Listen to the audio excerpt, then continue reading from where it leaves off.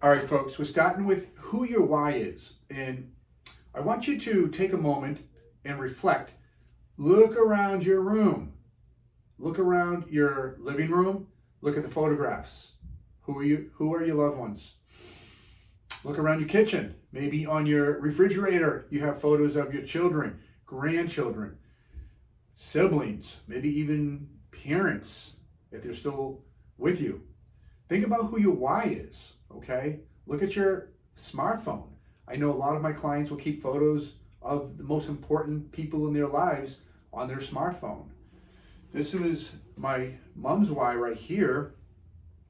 This is her 7 boys when they were babies right here.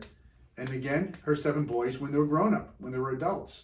I believe this photo was taken of me and my 6 older brothers at my dad's 80th birthday party. And where my brothers are sprinkled all across the country, it was a challenge to get us all in the same room for a joyous event.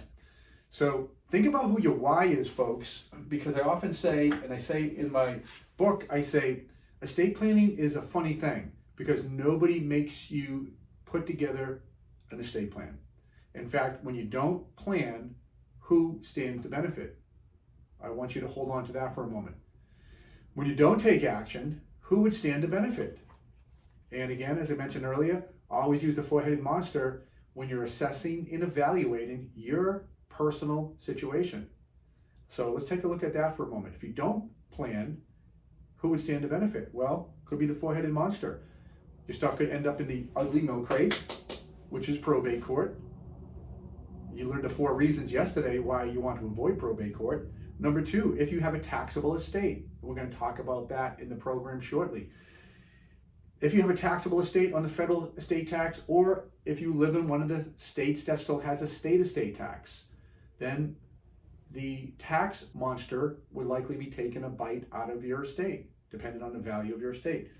If you don't protect your assets, if you don't create asset protection within your estate plan, and you give what I call outright distribution to your loved ones, and they encounter what I call times of turmoil, it could be getting bit by the 3rd-headed monster. And then, of course, if either you or your spouse became completely incapacitated later in life, who would pay for the $15,000 per month nursing home? And if you don't have that pre-planning, because of the 5-year look-back period under current Medicaid law, if you don't do that planning in advance, 2nd quarter of life, halftime, 3rd quarter of life, if you wait too long in that situation and the shoe drops and someone ends up incapacitated and you're not protected, then you risk maybe the family home or other assets being liened by Medicaid under estate recovery when things go off to probate, okay? So think about your why, okay? And think about if you don't take action, what will be the consequences for your why? What will be the consequences for the people that you love the most? So let's take a look here, folks. Who is your why? I want you to take that piece of paper, your pen and paper, and write down who your why is. Look around you. Is it your spouse? Is it your children? Is it your grandkids? Write them all down. Take a few minutes and do that, okay? Write them down right now so you can look at that and know who your why is. Because from my experience, most of my clients' why is the impetus in the motivation why they're putting together a comprehensive trust-centered plan so they can protect what they have for the people they love the most. So what is your why, folks? Look around your room, look at your smartphone, wherever you keep your cherished why, and there might be in old frames like this one right here, like my mom had, and write that down as the first part of this assignment, okay? Who is your why? Second question you want to ask yourself is, how will it make you feel when you protect your why? How will you feel? Well, I know a lot of my clients report to me to say, hey, Patrick, when we started your 3-step process, we had an enormous peace of mind. When we signed our trust, the day we came in and signed our trust, signed our will, signed our Big 6 or Big 7 disability planning, we had a tremendous, enormous peace of mind. And a lot of clients will report that they have a profound peace of mind after creating a very organized, very comprehensive, very robust estate plan. So think about how it will make you feel after you protect your why. And a lot of our clients report peace of mind. You may sleep better at night.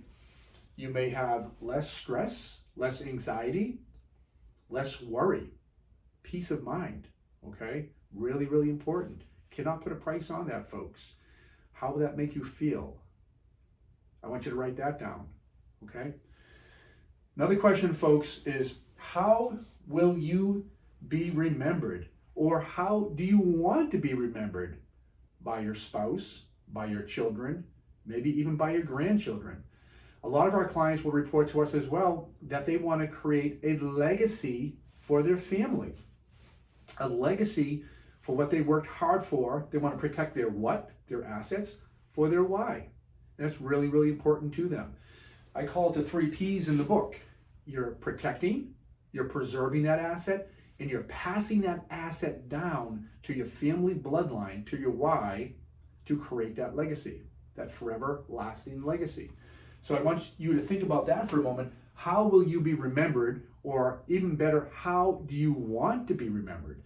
Do you want to be rejoiced, sitting on the front side of the cloud, looking down at your loved ones later, when you're up on your cloud looking down on that beautiful blue sky day, and they're rejoicing you, celebrating you, they're singing your praise?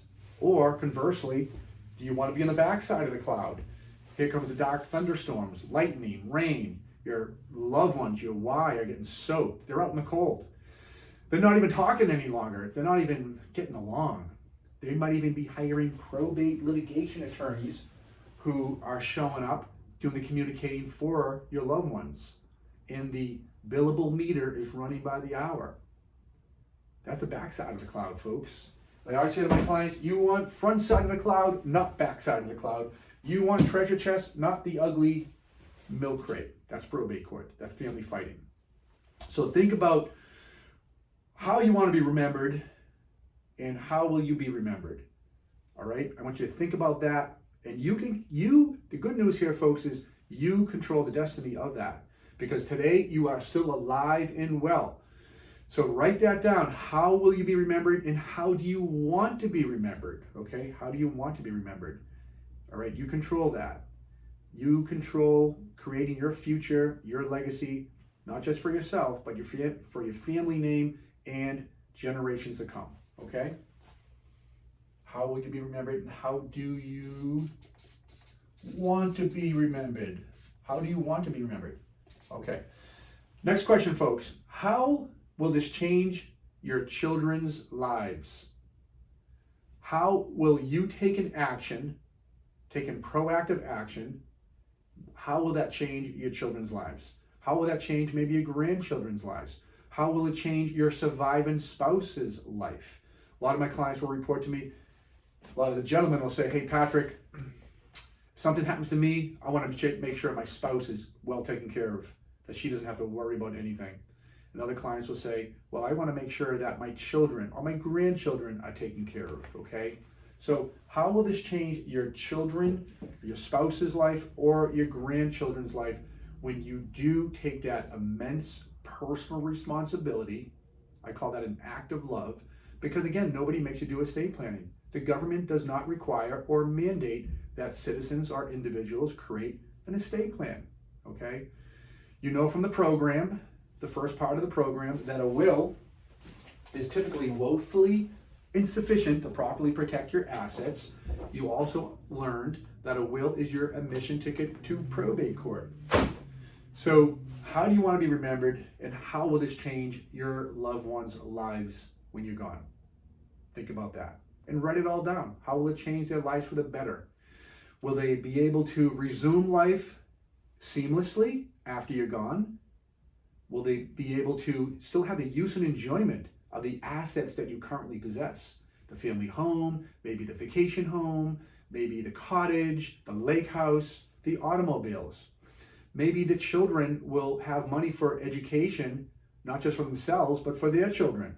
So you're educating your children and their children. So you're creating an educated, high-achieving family unit for generations to come. and they're going to be singing your praise and remembering all the good decisions you made in your lifetime. So think about that. How will this change your loved ones' lives? How do you want it to change their lives? I want you to write that down as well. All right. Now I want you to think about this. Look at all the good reasons that we talked about, the whys, and why you want it to be the way you want it to be. But now I want you to think about, what if you don't take action? What if you fail to take action? What if you procrastinate and just do a will that's woefully insufficient? Or you do nothing at all? Then you have what we call the government plan. And the government will dictate through the laws of intestate who gets your stuff, how they get it, and everything is going to wash through the probate court process for a year and a half, 2 years. Spoke with someone today earlier that told me 4 years it took their family to go through the probate process. And they spoke in the sense of the good family and the bad family, people fighting, people not getting along. They spent about $150,000 in probate fees over that 4 years on the legal fees. And not only was it the economic and emotional headaches of probate court, it was very stressful for the family. So think about, what if you don't take action? What side of the cloud are you going to get? All right, now that you know. Do you want the front side of the cloud or the back side of the cloud? And from my experience, folks who do not take action are folks who take inadequate action, typically will get the back side of the cloud.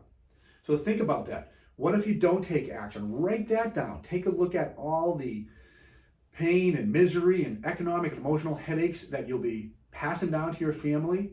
What I also call the stresses and messes of probate court. 4 years, 2 years, sometimes it can be even longer. A woman at my educational live event told us recently that it took her family 8 years to go through the probate court process. And 20-something family members don't even talk anymore, is what she reported to us. So write all those reasons down, all the what ifs, okay? And what if you don't take action? What could it look like for your beautiful family, okay? And do you want that for your family? Lastly, folks, I have to assume that you're a person who wants a front side of the cloud, because in all the years I've been practicing and teaching in the area of estate planning and elder law, folks that attend our live events, folks that become students of our programs, are the folks who are forward-thinking, folks that want to take that immense personal responsibility for their why and their loved ones, and folks that want to give from their heart that act of love to their children, grandchildren, spouse, and whoever might be important in their lives, okay? So I want you to look at all the top reasons. How will it make you feel? Who is your why? How will that make you feel by taking action? Maybe peace of mind or other reasons. How will you be remembered? How do you want to be remembered? And I want you to give yourself a deadline, because a dream or a goal without a deadline is simply a fantasy or a dream. So you need to set a deadline, folks, okay? So I'm going to impress upon you, when you finish this program, to set a deadline of 30 days to take action. 30 days or sooner. Take action and engage with a qualified estate planning or elder law attorney who can help you and your family put together your dream snapshot. Put together your comprehensive estate plan and make sure it's funded, as we talked about in step 2, and make sure they have what I call a client care program or a legacy monitoring program where they can update your plan for you as you journey through the path of life. For law changes, life changes, and changes in learning in the industry, okay? So give yourself a deadline, folks. 30 days from today. Write it down, put it in your calendar, tell an accountability partner, a loved one who's going to hold you accountable. Let them know, say, hey, I took this wonderful course and I learned so much. And if you found the information valuable, of course, share it with them so they too can learn, all right? But let them know that you have a 30-day deadline, that you're going to take action. They say knowledge is power, folks, but knowledge is truly not power unless what? Unless we do something with it. Take a step forward, take bold, decisive action for yourself, for your family. It's something bigger than you. It's your why. It's your legacy. How do you want to be remembered? Folks, thanks for tuning in. elderlawcare.com, Patrick Kelleher. See you next time.